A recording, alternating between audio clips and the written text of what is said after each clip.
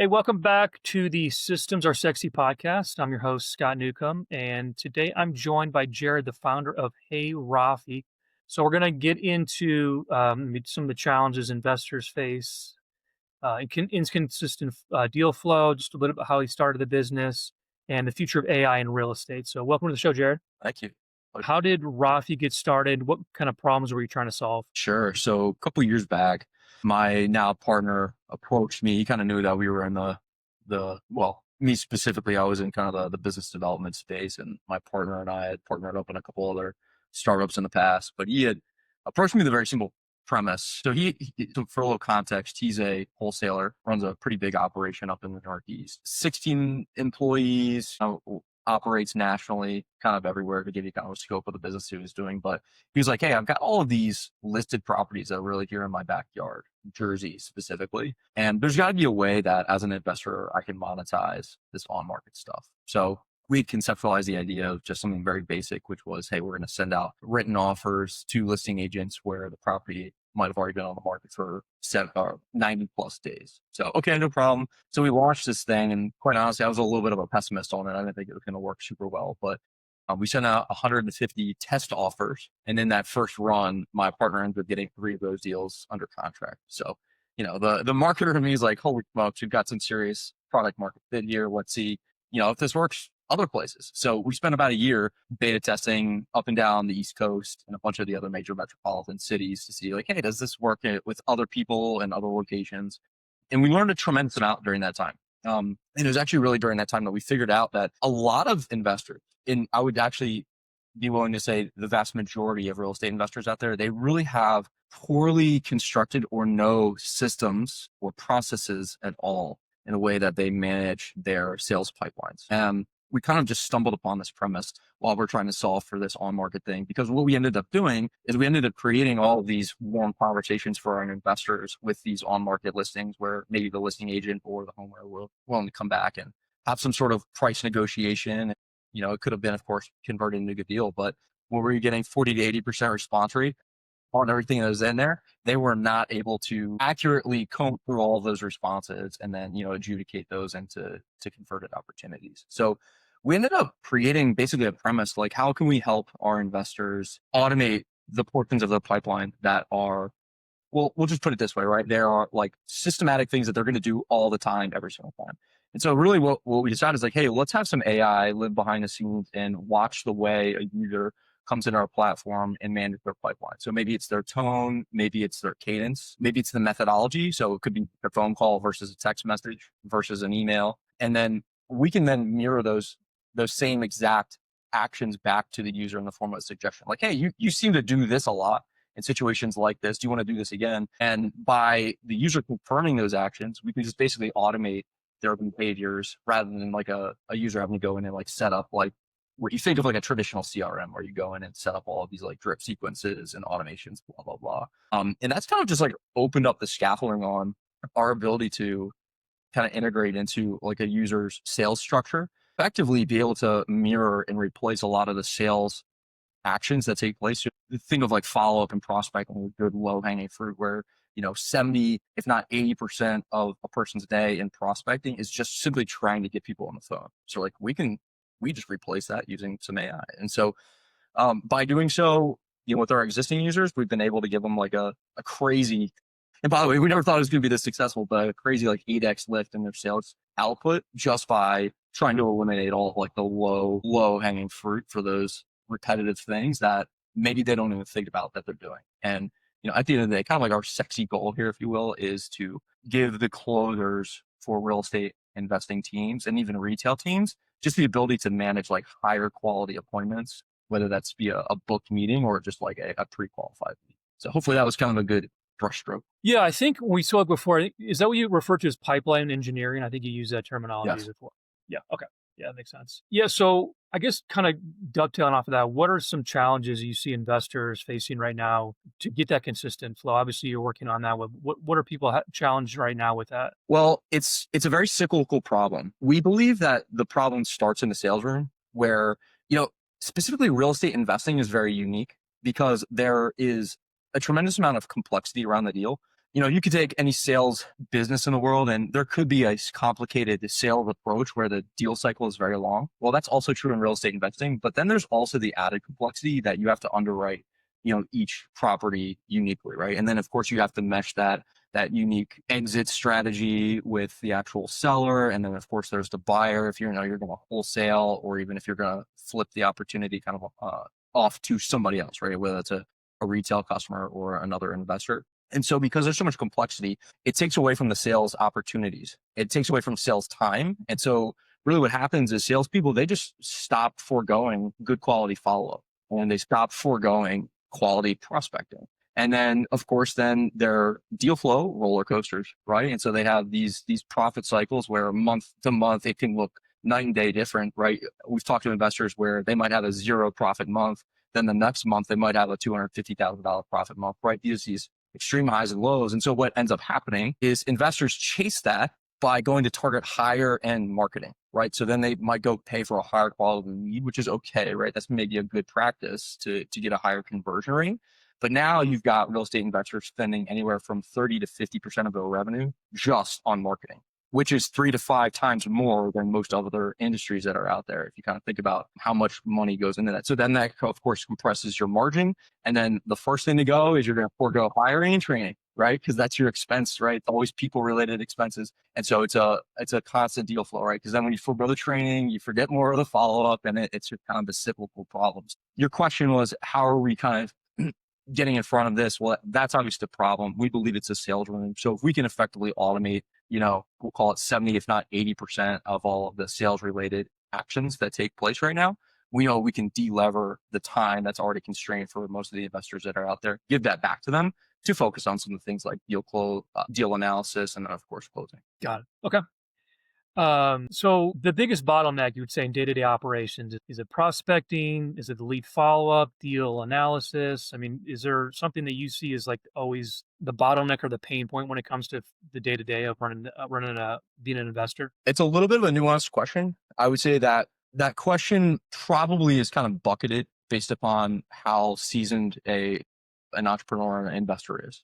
What I have noticed, especially with the customers that we have that we've operated with or just people I've talked with in the past, is typically like the beginning, like somebody that's just starting out real estate investing, right?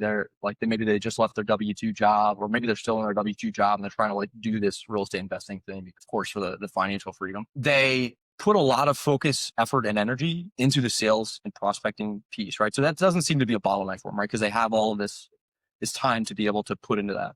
But when it ends up becoming a bottleneck for them is the sales and operation component for dispositions, right? So like if I need to go out and build, say, a buyer's list, or I need to go out and build some of the properties, let's say I'm a flipper. Well, I'm not going to have all that built out. So I'm going to need to now go spend a tremendous amount of time, effort, and energy once I get a deal under contract to go do those things. So it's typically anywhere from like the deal analysis to like the back end of a deal itself that ends up consuming like early stage investors all of their time, especially once they get a deal under contract. But then that very rapidly becomes, right? So if you're an investor and you've done 2 or 3 deals and now you kind of get that bottleneck, well, now your pendulum has swung the other way. Now you're trying to spend all of your time, effort, and energy on the stuff that stopped you up last time. And then, like I just said a second ago, that of course means you're pulling off time and attention from all of the front end pipeline stuff, whether that's prospecting or follow up. And that's why it's this very wishy-washy. But as you progress further along, you think of some of the big operators out there that might be doing, $5-6 million bucks a year plus. Typically, their bottlenecks are going to look very different in the sense that their challenge is actually in the hiring center. And they have like these inconsistencies in their hiring patterns. And maybe people have left, maybe there's some churn, but they're going through the exact same pattern, right? They're still spending higher marketing dollars on ROI to generate better profit and more consistent revenue. And then it still always goes back to kind of where we always think it starts, which is in the sales room. And it's always that marketing and follow-up effort that's put on the back burner. Yeah, I was going to ask about that because I feel like there's a lot of different software tools that people use. And I'm just wondering, are they getting the benefit? Like, because I talked to some people, they'll have a CRM tool and maybe I use 10% of it. It seems like that's like the national average, isn't people aren't using the tools that they're paying for to the advantage they should be. Uh, what are your thoughts on that? Do you feel like there's some tools that are worth it and some ones that aren't? Some of these tools get pretty expensive. And if you're not really seeing the ROI on it, people just kind of get comfortable. They don't really make any changes. Yeah.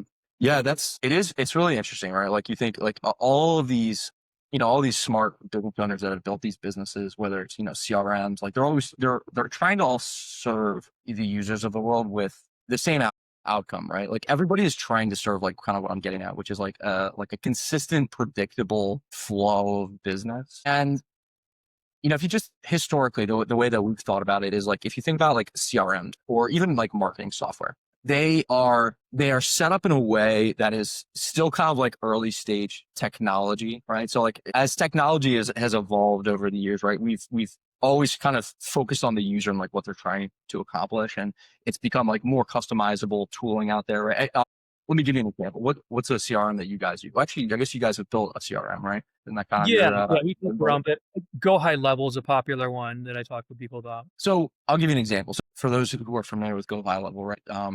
Great platform. It is insanely customizable. You can even, I don't know if you could still do this, but at least back in the day, you can white label it, right? So you can even like retrofit it to meet certain use cases and then repackage it and sell it out there. And that's incredible in its own right. The customization itself is ends up what killing the engagement for a user on the platform itself, right? Because now you have all of these various things that you're trying to accomplish. So what we kind of tried to do is we're trying to think of like, okay, what is the thing that the user really wants to accomplish here? And let's not try to just recreate all of the same exact sort of technology that exists out there. Let's just simply try to serve the user with the job to be done, which is really for right now in our eyes, it's just this prospecting method that exists. Because what you're saying, yeah, I'll give you some fun stats. The word CRM in Reddit for real estate investors and for real estate is the most referenced keyword in there at all. It's something like 80% of all the posts reference the word Right. CRM as like something that people are always looking for.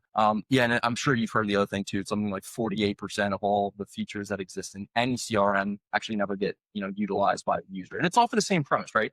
And it's no fault of these CRM providers because they're trying to build something that is agnostic for a whole bunch of different user types, but it's all of these things that end up killing the effectiveness of the tool because they're all trying to accomplish, of course, too many things really at the same time. So we're trying to take like a first principles on our approach. Like we're not trying to design another, like we very intentionally said, like that's not a good thing for us to do for a multitude of reasons. But more importantly, how can we just use some of like the new age technology to like completely rethink of the way that sales should happen in the sales room? And we just think that the coolest way to do that is just like mirror each individual sales team just by looking at the way that they're doing things, monitoring things, pre-recording. Maybe it is a CRM that they exist in, so we can take all that data, scrub through it, and basically create these profiles or personas, if you will, of each individual salesperson that exists in your team, and then package it up and then just serve it back out to the leads that you're trying to get in front of.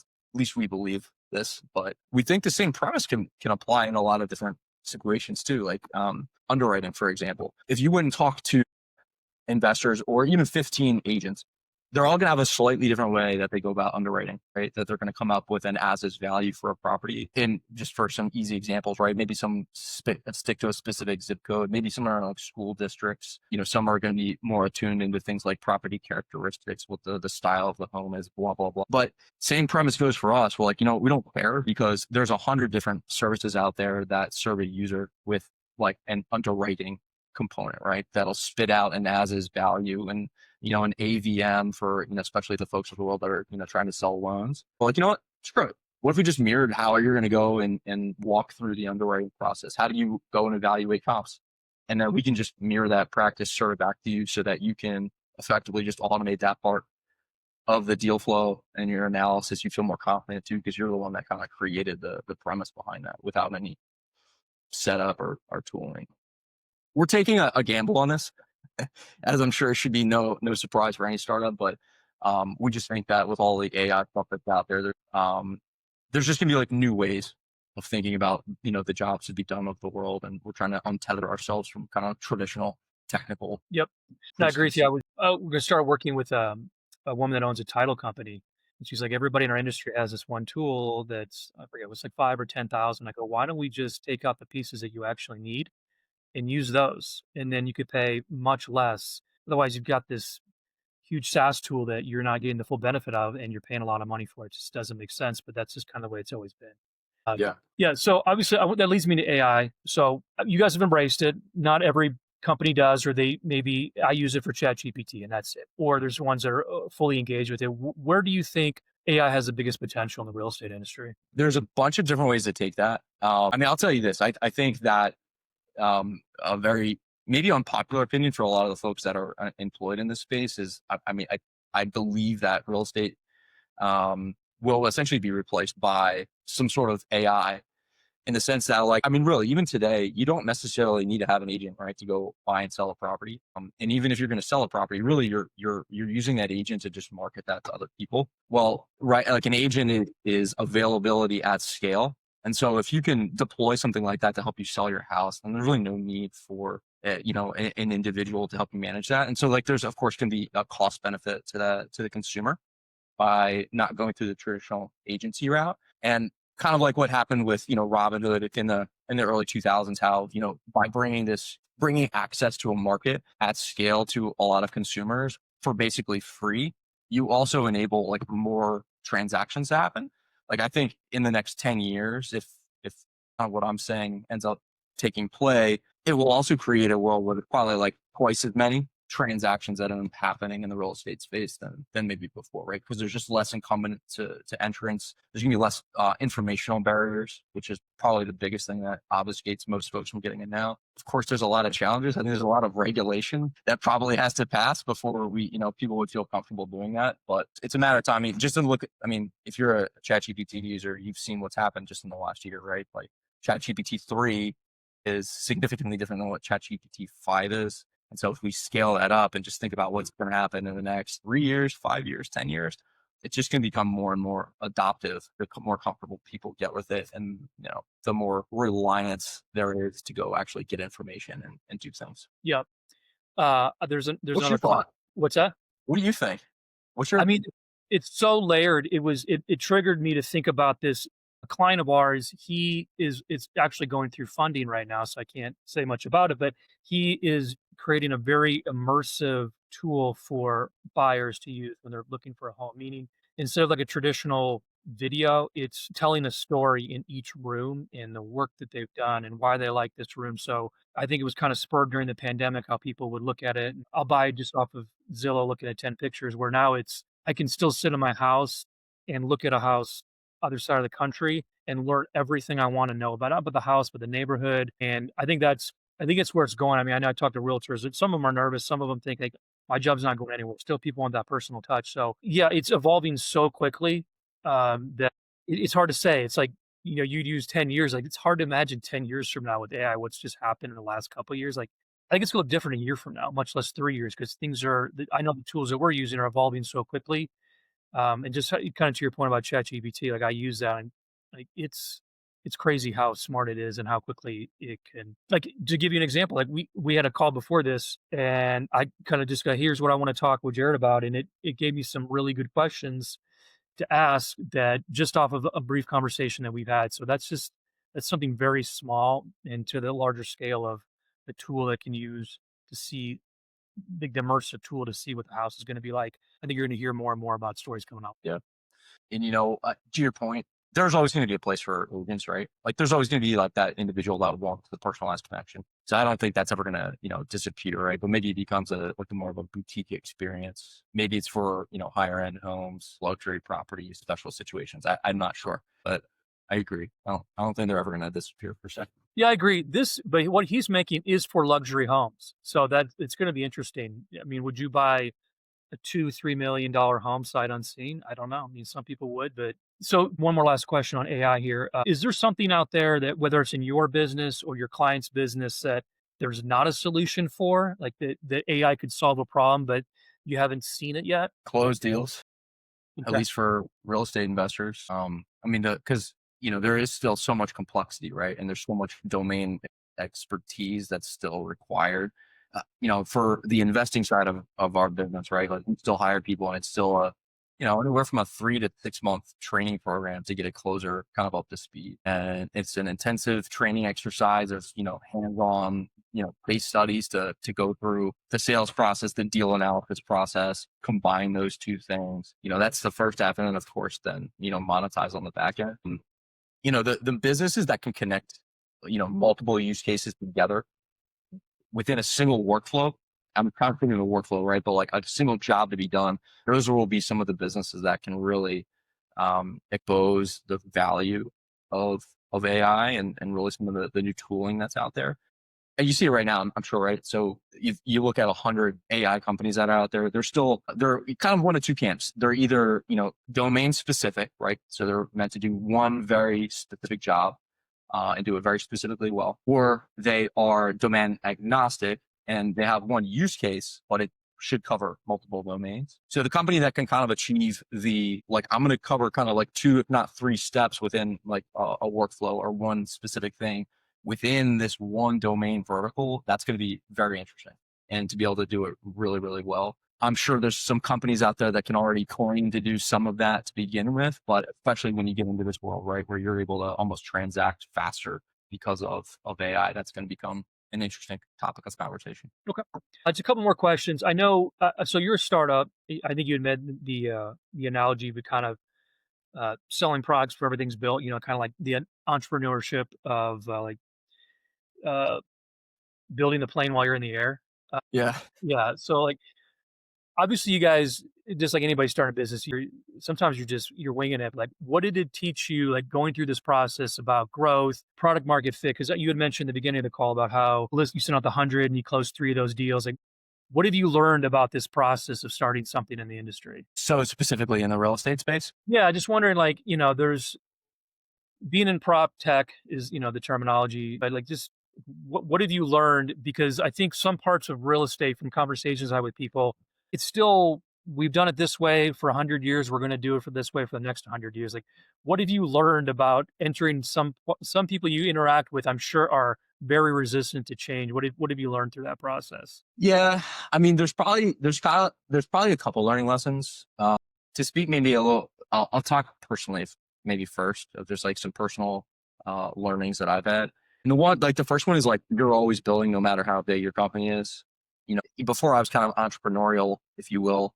You look at these big, established companies, and you think like, oh, they figured it out, right? Like they got it covered, and it's really not the case, right? Like there's always there's always the need for product market fit, right? There's always kind of like you're finding this niche and you're chasing it in a lot of ways too, right? Because people are changing, culture's changing, stuff like that. So for me, it's like that's why I really like the metaphor you use, which is building the plane while it's also in the air, because that kind of never, at least this is very intentional, like with internally for us, like we kind of preach that to the rest of our team and say like, we're never done building. Like we're looking for those best things. Like we're always going to be building in the air. We're always going to be selling a half built plane in a lot of ways, right? Because there's always going to be a feature. There's always going to be something new to do. There's always going to be something else to build. So that was kind of like maybe one of my personal learnings from that. And we've actually been able to do very well for us individually by also like selling ideas before things are built. Like that's been kind of one of our strengths to gain, validation, before you go and set a couple $100,000 aside to actually go build something. But in the industry itself, I would say I haven't necessarily, nothing's shocked me as far as like the way that I'm, interacting with customers and clients.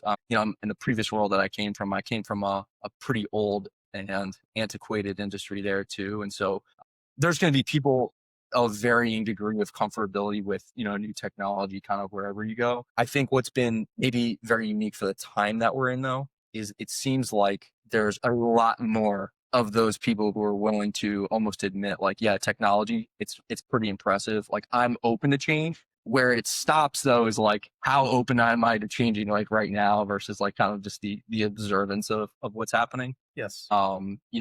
Regardless, I think there is this, and maybe you've seen the same thing. So I'd honestly like to ask you the same question, but like there is this pent up, anxious, whether it's an anxiety or this excitement of, you said it right. What is the next 10 years? It's going to look wacky. Just last year has looked pretty wacky. So the next 10 years is going to be exceptionally bizarre in the way that it might play out in the technology space and, how we're all going to interact with technology. I agree. I feel like I agree with the sentiment that you said there. People go, I know I'm supposed to be doing something different than what I'm doing, but I don't know what. And it's so overwhelming. They want someone to show them direction and make sure that they can get there, because I feel like The ones that embrace it now, I don't care what you're doing in real estate, but once you embrace it now, you're gonna be so far ahead of the people that wait a year or 2. 'Cause it's just gonna continue to evolve, and if you can fill your sales and marketing pipeline today, even when things are slow, it's like it's so easy to, like, when things go, I gotta start making calls, and then when you go up, like, I'm good." You gotta be making calls throughout the whole time, otherwise you're gonna hit the skids, and you gotta make sure you don't do that, so it's just, but I get it, it's overwhelming, it's people don't know where to start, so they just really need someone that can guide them along. Yeah. Yeah. Well said. For your business, is there something that you would go, if I can wave a magic wand and make this part of my job easier, or make this part of our business automated, or there's just something that would make my life easier? Do you have a thought on what that would be? For our business personally, Yeah, for your business. um, yeah, I would love to like clone myself, probably maybe three or fourfold. So our personal challenges right now, we still have a pretty small team. I would say we're heavily weighted on the development side of the house, which is probably pretty standardized, right? We're a tech company, so that makes sense. We just have a tremendous amount of things that are happening. There's a tremendous amount of product development that's going on. And there's also a tremendous amount of sales activity that's going on. And then there's also a tremendous amount of investor activity. So for us, we're going through a seed round funding right now. So there's some conversations happening on that front as well. So it's been very much a tug and pull of priorities and almost three equally important tranches. And for us, it's also like making sure that we're very intentional of the time that we're putting into kind of like our day to day, and making sure like, hey, like the focus still needs to be on the customer. The focus really needs to be on, building for the customer today, and like what the priorities look like, and, strategically thinking about like next steps for our customer as well. And so it's actually like carving out the time to go do some things like, the customer interviews, which have made us really good in times past, and collecting all that qualitative feedback that, it's a little bit of a time constraint right now for us. Okay. So what's next for you guys, and how can people find out about you? Easiest way to check us out, you just go to our website right now. So heyrafi.com.